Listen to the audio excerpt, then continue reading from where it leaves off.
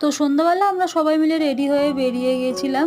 সমাধির গেটে তালা ফালা দিয়ে নিল। ঋষিত এখানে ক্যাব বুক করেছিল, ক্যাব এসে গেছিলো। আমরা তারপর সবাই মিলে উঠে, আর এইটাকে দেখো, ও সবার আগে উঠবে।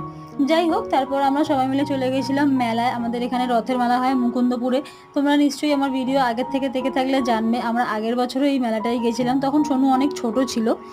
সোনুর এই মেলায় সেকেন্ড টাইম।